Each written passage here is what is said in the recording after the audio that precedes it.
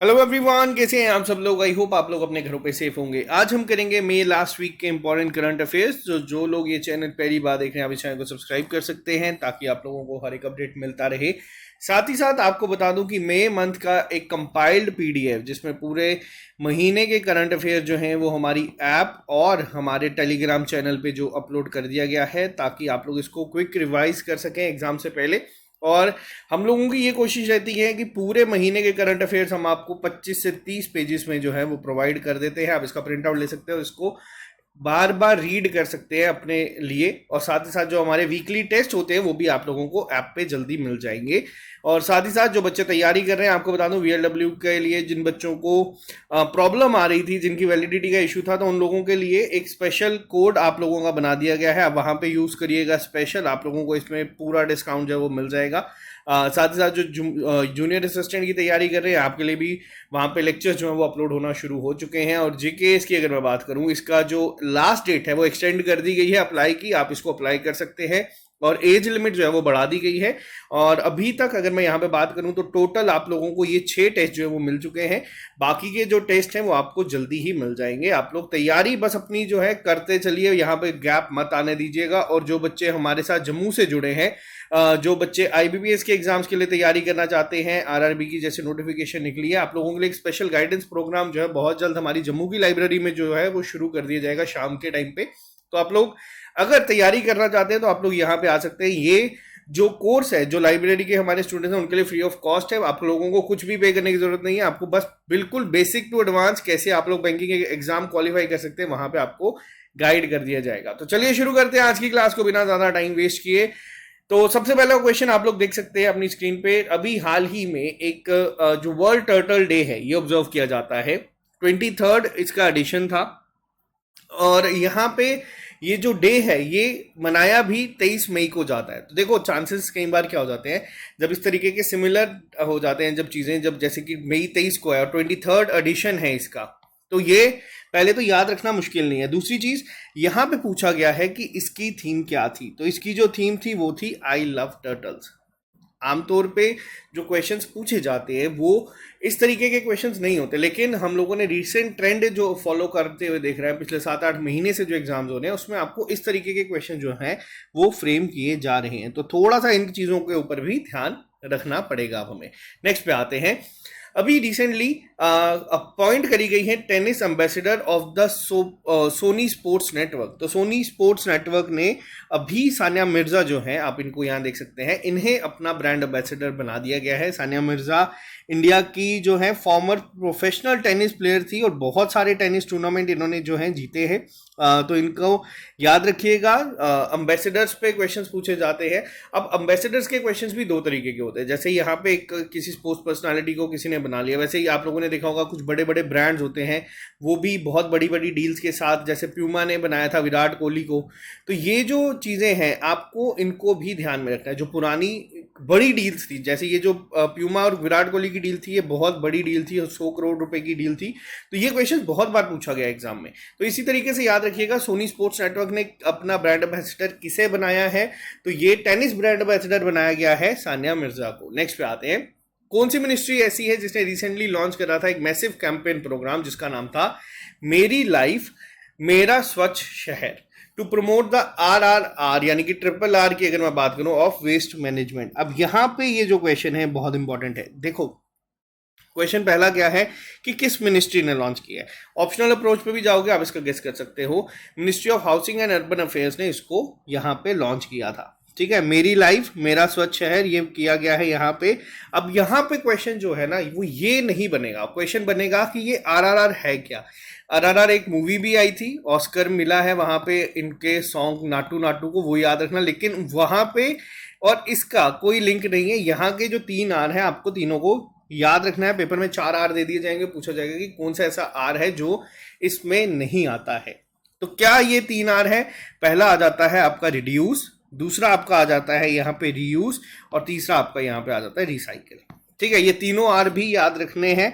इन तीनों आर पे इस तरीके के क्वेश्चन जो है वो फ्रेम होते हैं। अब यहाँ पे अगर मैं बात करूं, RRR सेंटर बनाने की बात भी करी गई है यहाँ पे।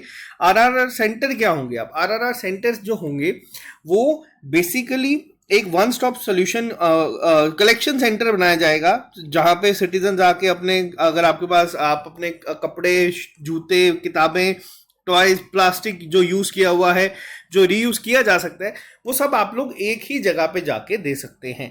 तो ये बनाने की बात की गई है। अब नाम भी याद रख लेना, मेरी लाइफ मेरा स्वच्छ शहर। और आरआरआर को भी ध्यान में रखना, आरआरआर सेंटर्स बनाने की बात भी की है, जहां पे आप लोग जाके एक्सचेंज करवा सकते हैं या फिर वहां पे आप चीजें दे सकते हैं। ठीक है, नेक्स्ट बात है, कौन सी स्टेट ऐसी है अभी, ये यूनियन टेरिटरी ऐसी है जहां पे the great prayer festival Monlam Chenmo अभी ऑब्जर्व करा गया है। देखो, ये जो आपके स्टेट्स या फिर आपकी जो यूनियन टेरिटरीज के फेस्टिवल है, ये आप लोगों ने एग्जाम में देखे हैं। अभी रिसेंटली जो एग्जाम हुआ था इलेक्शन असिस्टेंट का जेकेएसएसबी के द्वारा, उसमें भी क्वेश्चन पूछा गया था। जो एसएससी के एग्जाम्स हुए थे, उसमें भी क्वेश्चन पूछा गया था। स्टेट्स के क्वेश्चन जो है वो बहुत बार फ्रेम हो रहे हैं, और इसको आप लोग इंपॉर्टेंट मार्क कर सकते हैं। क्यों इंपॉर्टेंट कर सकते हैं? क्योंकि ये हमारी ही जो पड़ोसी यूटी है, एक टाइम पे जेएंडके का पार्ट थी लद्दाख, वहां पे इन्होंने एक एनुअल फेस्टिवल होता है मोनलाम चेनमो, इसको ऑब्जर्व करा है। बहुत इंपॉर्टेंट है। इसके साथ ही लद्दाख का एक और फेस्टिवल है जो कि एग्जाम में पूछा जाता है, उसका नाम क्या है? उसका नाम है लोसार। और अगर मैं एक और फेस्टिवल की बात करूं जो एग्जामिनर्स का फेवरेट है और बहुत बार पूछा गया है, वो है हॉर्नबिल फेस्टिवल। अब ये है आपका होमवर्क, आपको बताना है हॉर्नबिल फेस्टिवल कौन सी स्टेट में मनाया जाता है। ठीक है, 11 मई से लेके ये फेस्टिवल 16 मई तक चला था। तो यहाँ पे याद रखना, लद्दाख मोनलाम चेनमो 2023 ये ग्रेट प्रेयर फेस्टिवल होता है, इसको इस नाम से भी जाना जाता है। ग्रेट प्रेयर फेस्टिवल जो है ये मनाया जाता है लद्दाख में। ठीक है, नेक्स्ट पे आते हैं हम लोग। नेक्स्ट क्वेश्चन की अगर मैं बात करूं, मोस्ट इनोवेटिव कंपनीज 2023 की reaching new heights in uncertain times report एक रिलीज करी गई थी बॉस्टन कंसल्टिंग ग्रुप के द्वारा। अब यहां पे आपसे पूछा जाएगा कि इंडिया की कौन सी कंपनी थी जो इसमें थी, यानी कि कौन सी ऐसी इंडियन कंपनी है, और ओनली इंडियन कंपनी, यानी कि सिर्फ एक ही थी जो इस लिस्ट में थी, in the BCG list of the top 50 most innovative firms इन 2023। और रैंकिंग भी याद रख लेना कि उन टॉप 50 में इसकी रैंकिंग थी 20th। ठीक है, अभी अब कौन सी थी आप लोग यहाँ पे देख सकते हैं, और इसको याद भी रखिएगा। टाटा ग्रुप जो थी वो एकमात्र कंपनी थी इंडिया की तरफ से जो इस लिस्ट में आई है। इसके साथ ही आपको यहाँ पे ये भी नाम याद रखना है कि टॉप किसने किया। तो देखो, जो टॉप पे थी वो थी एप्पल। आप में से बहुत सारे बच्चे आईफोन यूजर्स होंगे, ठीक है, उनको पता होगा कि कौन सी कंपनी है। दूसरी अगर मैं बात करूं, सेकंड पे थी आपकी टेस्ला, इसके मालिक हैं एलन मस्क। और एलन मस्क ने किसको खरीदा था? ट्विटर को खरीदा था। कितने अमाउंट में वो खरीदा था? 44 बिलियन में। ये क्वेश्चन भी पेपर में पूछे गए हैं। लेकिन आज की डेट में अगर बात करूं, जो ट्विटर की नेट वैल्यू है, अगर वैल्यूएशन की बात की जाए तो वो 1/3 भी नहीं रही है जब से एलन मस्क ने इसको खरीदा, यानी कि गिर गई है, बहुत ज्यादा गिर गई है। इसी वजह से अब ट्विटर के जो सीईओ हैं वो भी चेंज करेंगे हैं। और होमवर्क नोट कर लीजिएगा, मुझे कमेंट बॉक्स में लिख के बताइएगा कि आज की डेट में ट्विटर के सीईओ कौन है। ठीक है, ये क्वेश्चन आपको याद रखना है। थर्ड पे याद रखिएगा, थर्ड पे जो है वो है अमेजॉन। अमेजॉन के मालिक हैं जेफ बेजोस। और जेफ बेजोस भी बहुत टाइम तक काफी अमीर, टॉप मोस्ट रिचेस्ट पर्सन में थे, अब नहीं है। तो आप लोग ये भी होमवर्क लिख लीजिएगा। आप मेरे को बताइएगा कि आज की डेट में सबसे ज्यादा अमीर कौन है। जब हम ये लेक्चर बना रहे हैं जून फर्स्ट वीक में, तो आप मेरे को बताइएगा कि सबसे ज्यादा अमीर कौन है आज की डेट में। ठीक है, पुरानी लिस्ट में नहीं। नेक्स्ट पे आते हैं।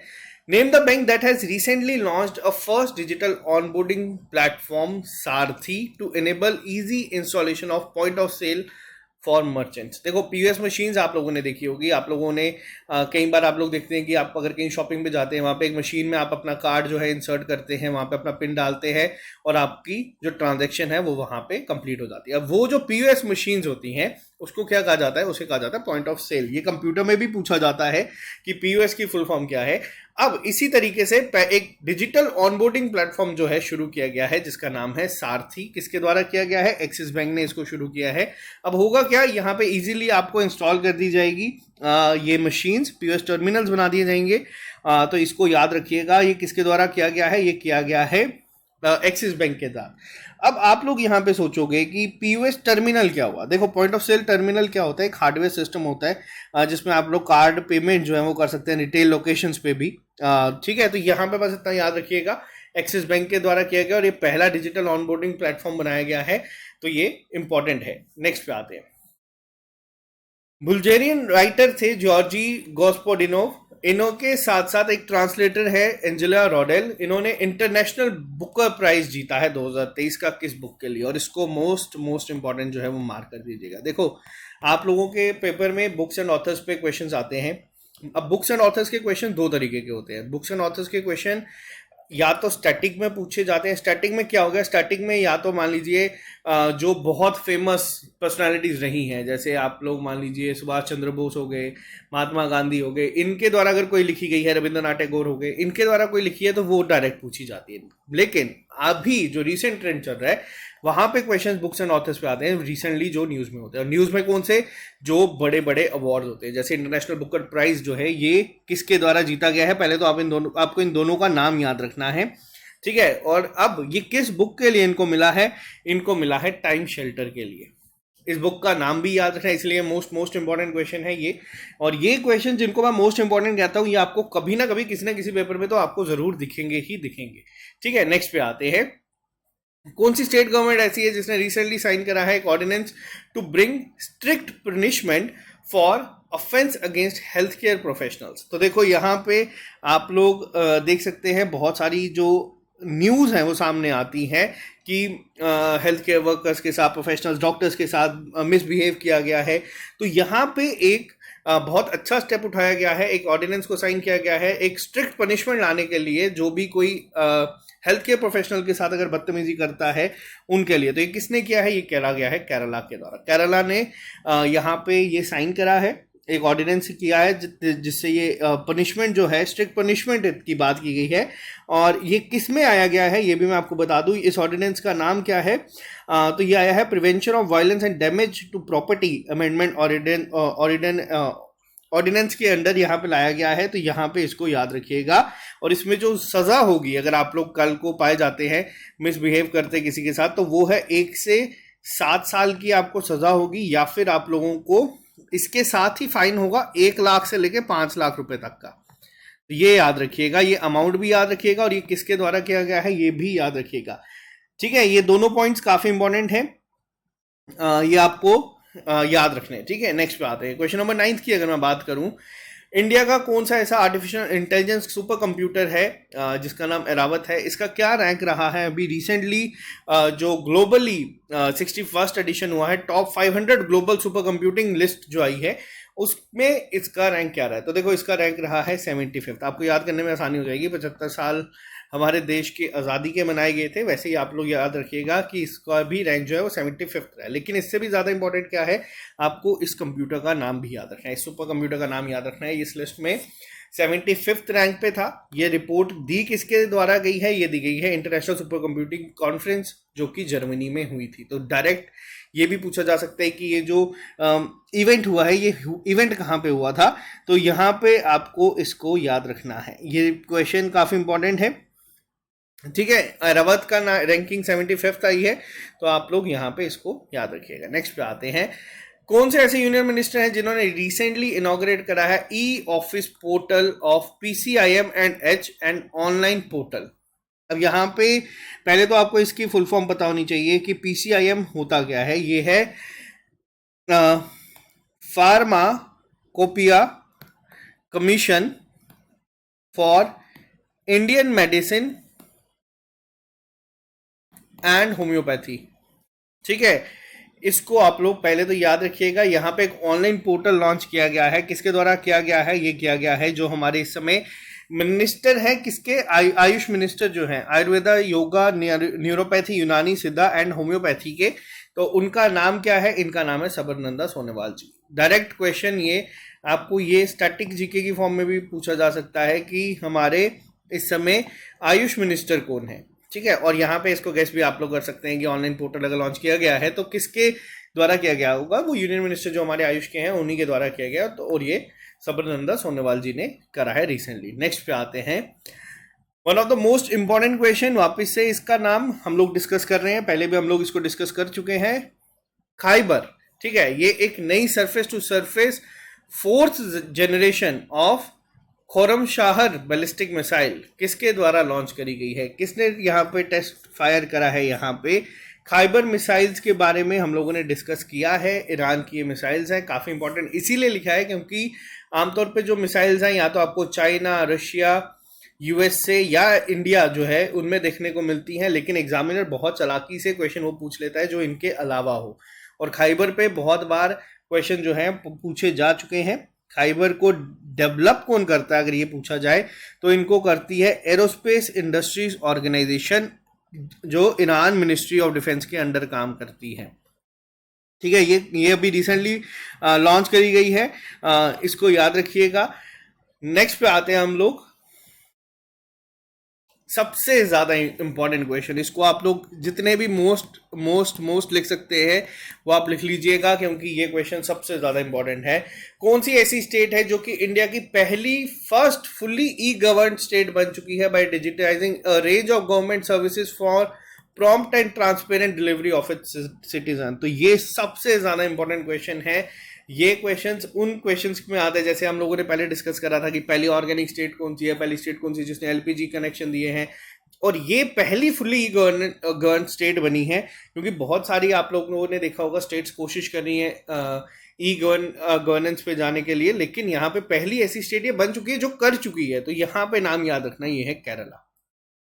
सबसे ज्यादा इंपॉर्टेंट क्वेश्चन है आज के करंट अफेयर्स का, तो इसको याद रखिएगा। ये केरला जो है यहाँ पे बन चुकी है। इन्होंने एक सिंगल विंडो जो है पोर्टल बनाया है जिसका नाम क्या है, इसके नाम को भी याद रखना, ई सेवा नाम। ई सेवा नाम ये लॉन्च करा गया है जिसमें टोटल 900 गवर्नमेंट सर्विसेज, उसमें सारी आ जाती है आपकी जितनी भी गवर्नमेंट सर्विसेज आपको मिलती हैं, सब्सिडीज हो गई या जो भी आपको रजिस्टर करना है किसी भी चीज़ में, तो यहाँ पे 900 गवर्नमेंट सर्विसेज जो हैं वो इंक्लूड करी गई हैं और ये जो है यहाँ पे कंसीडर की जाएगी। तो यहाँ पे याद रखना। इसके साथ ही केरला पहली ऐसी स्टेट है जिसका खुद का जो है इंटरनेट प्रोवाइडर भी है। उसका नाम क्या है, वो है के फोन, यानी कि Kerala fibre optic network project भी इन्होंने लॉन्च किया था। इन्होंने राइट टू इंटरनेट भी इन्होंने लॉन्च किया था। तो यहाँ पे कुछ चीज़ें जो है यहाँ पे आप लोग याद रखना, ये आपको ज़रूर देखने को मिलेंगी। ठीक है, ये आज का सबसे इंपॉर्टेंट क्वेश्चन है। नेक्स्ट पे आते हैं। As of 25 May 2023, which of the following state has not signed an MOU with the union government to initiate the digital crop survey? तो देखो, डिजिटल क्रॉप सर्वे की अगर मैं बात करूं तो आपको पहले तो ये बता दूं कि टोटल 6 स्टेट्स ऐसी हैं जिन्होंने इसको साइन किया है। 6 स्टेट्स के नाम मैं आपको यहाँ पे बता देता हूँ। पहले पे आ जाता है आपका असम, दूसरे में आपका आ जाता है यहाँ पे गुजरात, मध्य प्रदेश, उड़ीसा, राजस्थान और साथ में आ जाता है यूपी। तो यानी कि बिहार इसका आंसर होगा। बिहार ने अभी तक इसको साइन नहीं किया है। अब यहाँ पे जो आप लोग ये क्वेश्चन देख रहे हैं ये क्यों इतना ज़रूरी है, अब यहाँ पे कोशिश की जा रही है कि एक वेरीफाइड सोर्स बनाने की, जो फार्मर्स या फिर उनकी जो क्रॉप्स होंगी उनका जो डेटा जो है वहाँ पे स्टोर किया जाएगा। तो ये डिजिटल क्रॉप सर्वे वो बनाया जा रहा है और इसमें 6 स्टेट्स ऐसी हैं जिन्होंने साइन कर दिया है।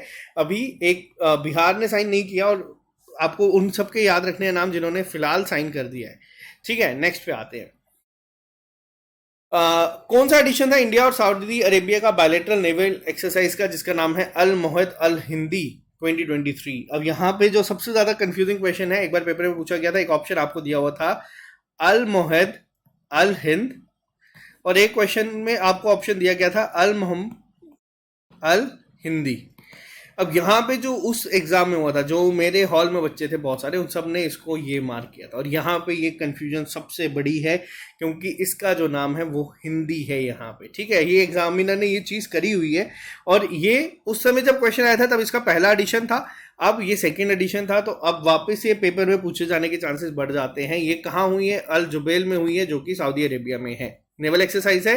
तो यहाँ पे इसको याद रखना, इंडिया और साउथ अरेबिया के बीच में होती है। ये भी पूछा जा सकता है कि ये जो एक्सरसाइज है किस किस कंट्रीज के बीच में होती है, तो ये दोनों नाम आप लोग याद रखिएगा। ठीक है, नेक्स्ट पे चलते हैं हम लोग। कौन सी स्टेट या यूनियन टेरिटरी ऐसी है जहां पे union minister of home affairs Amit Shah ने रिसेंटली एक फाउंडेशन स्टोन रखा है नेशनल फॉरेंसिक साइंस यूनिवर्सिटी का, जो कि पुलिस सेवा सेतु ऐप को भी साथ में यहाँ पे लॉन्च किया गया था। तो ये कहाँ पे किया गया है, ये किया गया है असम में। असम की अगर बात करूं तो असम की कैपिटल जो है, आप लोग बताइएगा कमेंट बॉक्स में क्या है। इजी क्वेश्चन है यहाँ पे, ये जो मैं दे रहा हूँ असम का एक डांस फॉर्म है और एक फेस्टिवल है जो कि पेपर में बहुत बार पूछा जाता है। तो बिहू जो है वो बार बार पूछा जाता है।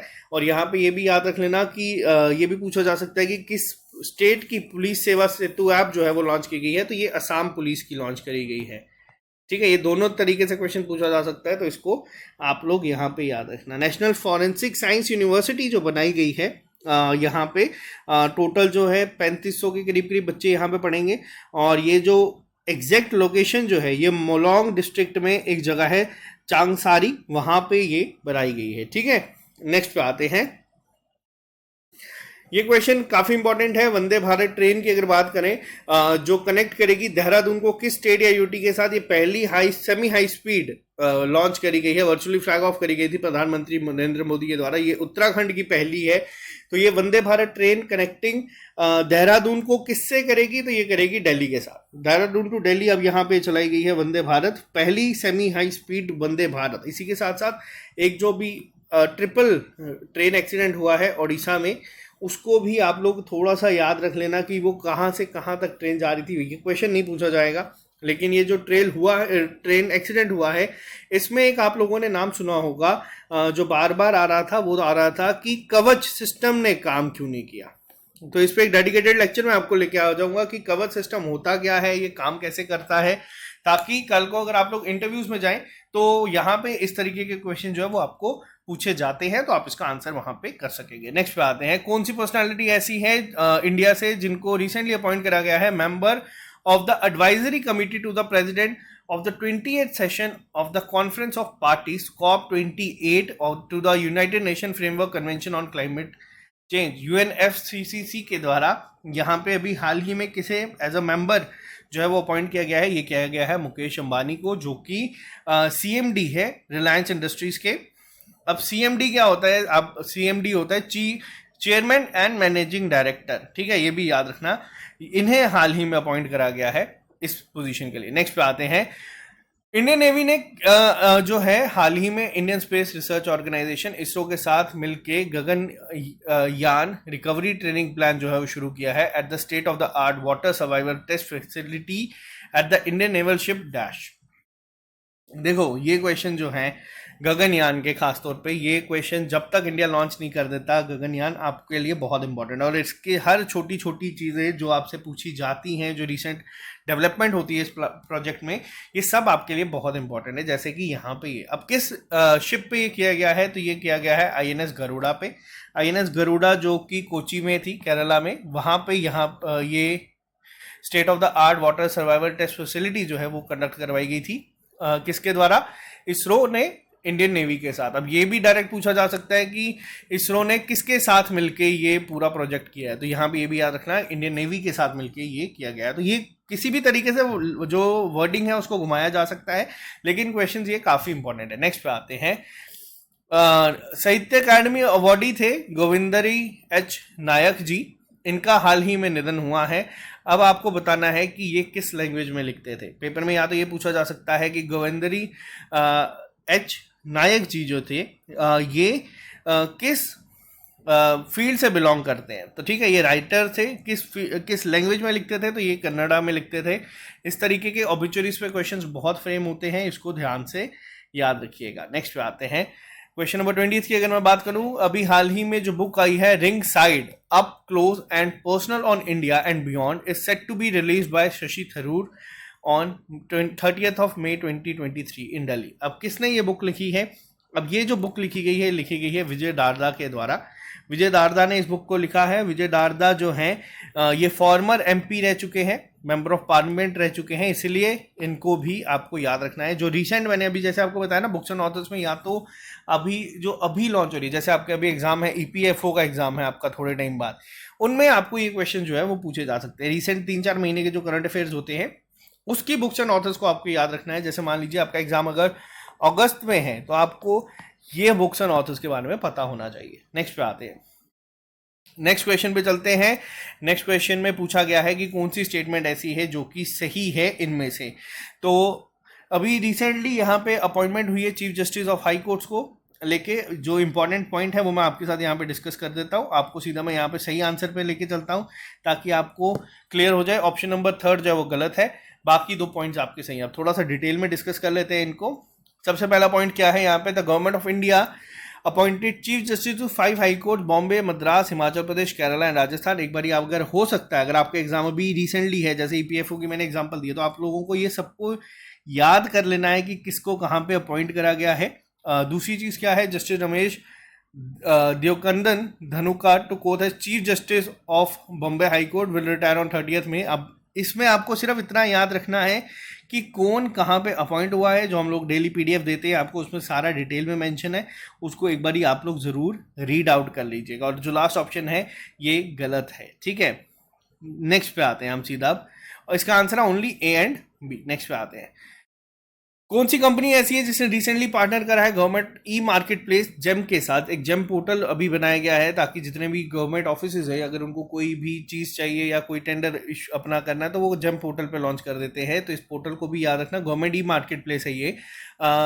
Portal to offer taxi services to government offices, government agencies and public sector units on a pilot basis. कौन सी कंपनी है जिन्होंने पार्टनर करा है जेम पोर्टल के साथ, तो ये किया गया है ऊबर के द्वारा। ऊबर ने यहाँ पे पार्टनर करा है, ये टैक्सी प्रोवाइड करेंगी, टैक्सी सर्विसेज देंगी, जितने भी गवर्नमेंट ऑफिसेज हैं, एजेंसीज हैं, पीएसयूज आ जाते हैं, और ये सब एक फिक्स प्राइस पे होगा, ठीक है। ये काफी इंपॉर्टेंट है। अगर जेम पोर्टल की बात करूं तो जेम पोर्टल लॉन्च कब हुआ था, ये पोर्टल लॉन्च किया गया था 2016 में। किस मिनिस्ट्री के द्वारा किया गया था, ये किया गया था मिनिस्ट्री ऑफ कॉमर्स के द्वारा। और इसके द्वारा यहाँ पे ये कर दिया गया था कि अगर किसी भी गवर्नमेंट ऑफिसेज को कोई भी चीज़ परचेज करनी है, कोई भी सर्विसेज अगर करनी है यहाँ पे सेंट्रल मिनिस्ट्रीज को या डिपार्टमेंट को, वो सब क्या करेंगे, वो इस पोर्टल के थ्रू यहाँ पे करेंगे। क्यों? क्योंकि आप लोगों ने भी देखा होगा पहले क्या होता था, बहुत सारी गवर्नमेंट ऑफिसेज में जैसे मान लीजिए किसी को कोई चीज़ चाहिए, वो अपने नोन लोगों को टेंडर्स दे देते थे। तो ये सब चीज़ें ट्रांसपेरेंसी बढ़ाने के लिए इस पोर्टल को लॉन्च किया गया था कि जो चीज़ें होंगी वो फेयर एंड ट्रांसपेरेंट तरीके से सामने दिखेगी। नेक्स्ट पे आते हैं हम लोग, अभी 23rd एडिशन हुआ है Nexa international Indian film academy का IIFA अवार्ड्स का, जो कि मई में रिलीज करेंगे हैं। बेस्ट एक्टर का अवार्ड किसको मिला है, और विक्रम वेदा मूवी से अब आप लोग यहाँ पे इसमें गेस भी कर सकते हैं, ऋतिक रोशन जो थे वो इस मूवी में थे। और अगर बात की जाए बेस्ट एक्ट्रेस को अवार्ड किसको मिला, वो आलिया भट्ट को मिला है ब्रह्मास्त्र मूवी के लिए। तो इन दोनों के नाम आप लोग याद रखना। इनके अलावा आप लोगों के लिए होमवर्क दे देता हूँ मैं यहाँ पे, या फिर चलिए आप लोगों को होमवर्क देता हूँ यहाँ पे। आप लोग मुझे बताइएगा कि बेस्ट मूवी का अवार्ड किसे मिला है यहाँ पे। IIFA के अवार्ड्स में बेस्ट मूवी, आईफा की अगर बात करूँ तो बेस्ट मूवी का अवार्ड यहाँ पे किस मूवी को यहाँ पे मिला गया है, ठीक है। नेक्स्ट पे आते हैं, कौन सी पर्सनालिटी ऐसी है जिन्हें अपॉइंट करा गया है CVC यानी कि सेंट्रल विजिलेंस कमिश्नर, किसे अपॉइंट करा गया है। अभी रिसेंटली न्यूज में इनका नाम बहुत था, आप लोगों को याद रखना है। इनका नाम है प्रवीण कुमार श्रीवास्तवा जी। इन्हें अपॉइंट करा गया है as a CVC central vigilance commissioner जो है, इन्हें अपॉइंट करा गया है। ये IAS बैच 1988 के IAS बैच से हैं। नेक्स्ट पे आते हैं, अभी एक नई स्पीशीज पाई गई है, किसकी स्पीशीज पाई गई है, ये है आपकी बैट की, यानी कि जो चमगादड़ आप लोग देखते हैं, उसका नाम क्या रखा गया है, उसका नाम है मिनी ओपोट्रियस श्रीनी। ये डिस्कवर करी गई है कोडागू डिस्ट्रिक्ट कर्नाटका में। ये आपके एनवायरमेंट, इकोलॉजी, बायोडाइवर्सिटी पे क्वेश्चन यहाँ से बनते हैं कई बार, तो इसको याद रख लीजिएगा। रिसेंटली पाई गई है और ये बैट की स्पीशीज है, ठीक है। किसके द्वारा करी गई, ये नाम याद रखना जरूरी नहीं है, फिर भी मैं आपको बता देता हूँ। ये करी गई है आदित्य श्रीनिवासलू के द्वारा, ठीक है। नेक्स्ट पे आते हैं, क्वेश्चन नंबर 26 की अगर मैं बात करूं, अभी रिसेंटली 14th एडिशन हुआ है मलेशिया मास्टर का, जो कि 2023 में खेला गया है कोलालमपुर में, मलेशिया में। अब यहाँ पे आपको कुछ पॉइंट्स जो हैं वो याद रखने हैं। कुछ पॉइंट्स बहुत इंपॉर्टेंट है, डायरेक्ट एग्जाम में पूछे जाते हैं, तो सीधा हम पहले उस पर बात कर लेते हैं कि इसमें कौन सा पॉइंट है जो गलत है। पहला पॉइंट आपका यहाँ पे बता दूं, ये गलत है, करेक्ट पूछे गए हैं। जो लक्ष्य सेन है वो पहला वर्ल्ड फेडरेशन वर्ल्ड टूर ने नहीं जीता है यहाँ पे, ठीक है। लेकिन इनके अलावा अगर मैं बता दूं, अकाने यागामुची जो है इन्होंने जीता है यहाँ पे वुमेन सिंगल, और सियोंग जे और कैंग मिन ह्यूक के द्वारा जो है उन्होंने जीता गया है मैन डबल टाइटल को, ठीक है। अब थोड़ा सा और डिटेल में अगर बात करें, अगर इन्होंने नहीं जीता है तो किसके द्वारा इस इवेंट को जीता गया है। ये क्वेश्चंस भी कई बार आपको जो है देखने को मिलते हैं।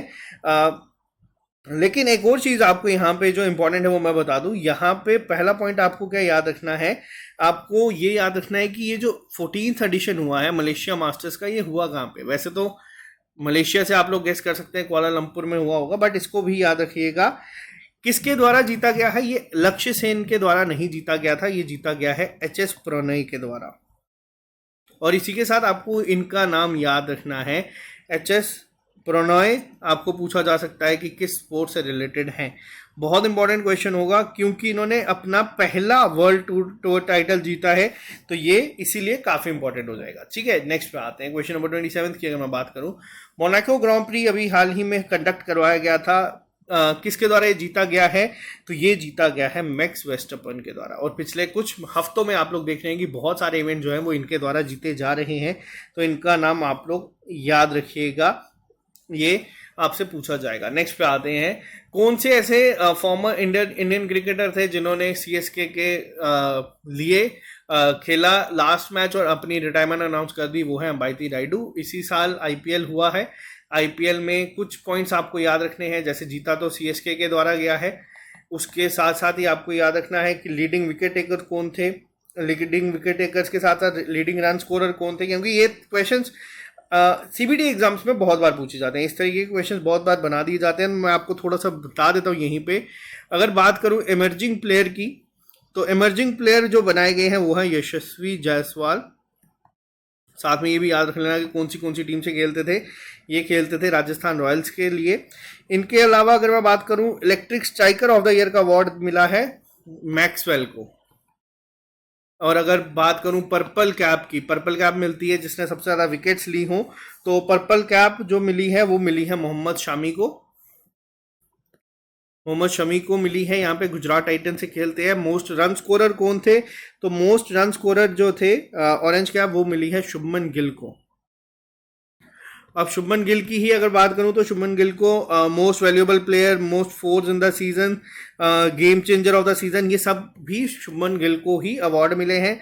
पिच, अब इसके अलावा ना 2 अवार्ड्स और हैं जिनको बहुत कम लोग ध्यान देते हैं। एक आ जाता है आपका पिच एंड ग्राउंड अवार्ड। ये किसको मिला है, ये मिला है वानखेड़े स्टेडियम को। पेपर में सीधा पूछा जाएगा कि वानखेड़े स्टेडियम है कहाँ पे, तो ये है मुंबई में। और साथ ही साथ में ये अवार्ड मिला है ईडन गार्डन को। ये कहाँ पे है, ये आ जाता है आपका कोलकाता में। ये स्टैटिक जीके की फॉर्म में क्वेश्चन बहुत बार पूछे जाते हैं। ठीक है, तो इनको याद रखिएगा। लॉन्गेस्ट 6 का अवार्ड फैफ डुप्लेसी को मिला है, तो इतना काफी है। बट आप लोगों को ये जो एडिशन रिसेंटली हुआ, क्योंकि देखो एक अगर आपकी किसी एक शिफ्ट में ये क्वेश्चन अगर आईपीएल में पूछा गया ना, तो आने वाली 7-8 शिफ्ट में आईपीएल के क्वेश्चन चलेंगे, वो सारे इसी तरीके से फ्रेम किए जाएंगे। नेक्स्ट पे आते हैं, what was the theme of world hunger day, जो कि 28 मई के दिन ऑब्जर्व करी जाती है अक्रॉस द ग्लोब। तो वर्ल्ड हंगर डे की थीम थी इस बार celebrating sustainable solution to hunger and poverty. तो यहाँ पे इसको भी याद रखिएगा। आज के लास्ट क्वेश्चन पे चलते हैं। रेजरपे ने लॉन्च करा है इंडिया का पहला fastest one step UPI payment solution, जिसका क्या नाम रखा गया है इनका, जो यहाँ पे इन्होंने इसको लॉन्च करा है, इसका नाम है टर्बो यूपीआई, जिसमें कस्टमर जो है of online merchants to make UPI payment directly without getting redirected to a third party UPI app during checkout. अब होता क्या है, मान लो आप हमारी ऐप में अगर गए हैं, आप लोगों को कोई टेस्ट सीरीज या कोई किसी कोर्स में करना है, आप लोग जब पेमेंट के लिए जाते हो, आपको किसी एक रेजर पे में ही आपको लेके जाते हैं थर्ड पार्टी मर्चेंट पे, वहां पे आप ओटीपी डालते हैं, फिर आप करते हैं। बट इन्होंने क्या किया है, इन्होंने इस बार टर्बो यूपीआई लॉन्च करा है, जिसमें क्या होगा, आप लोग डायरेक्ट, जैसे कस्टमर जो है वो डायरेक्ट ऑनलाइन मर्चेंट, आप किसी दुकान पे गए हैं, आपको कोई चीज लेनी है, आप सीधा उन्हीं के अकाउंट में डायरेक्ट पेमेंट कर दोगे, तो ये आपको हो जाएगा। तो ये जो है टर्बो यूपीआई इन्होंने किया है, जिसमें आपको थर्ड पार्टी में रिडायरेक्ट नहीं किया जाएगा। तो ये थे हमारे आज के important current affairs. I hope आपको ये पसंद आया होगा। कंपाइल्ड पीडीएफ आपको मिल चुकी है, आप लोग उसको प्लीज डाउनलोड करके रीड करना शुरू कर दीजिएगा। जो क्वेश्चंस बहुत इंपॉर्टेंट होते हैं, जिनके ऊपर थोड़ा ज़्यादा ध्यान देना चाहिए, वो हम लोग यहाँ पे डिस्कस कर लेते हैं। और बाकी सारे क्वेश्चन जो पूरे महीने में हुए होते हैं, वो कंपाइल्ड पीडीएफ में आपको मिल जाते हैं। और कल हम लोग करेंगे जून फर्स्ट वीक के इंपॉर्टेंट करंट अफेयर्स। तो जो लोग ये चैनल पहली बार देखें, चैनल को सब्सक्राइब कर सकते हैं, ताकि आप लोगों को हर एक अपडेट मिलता रहे। Guys, bye bye, take care, all the best. मिलते हैं जल्दी नए लेक्चर के साथ। वीडियो दीजिए इजाजत। Have a nice day, take care.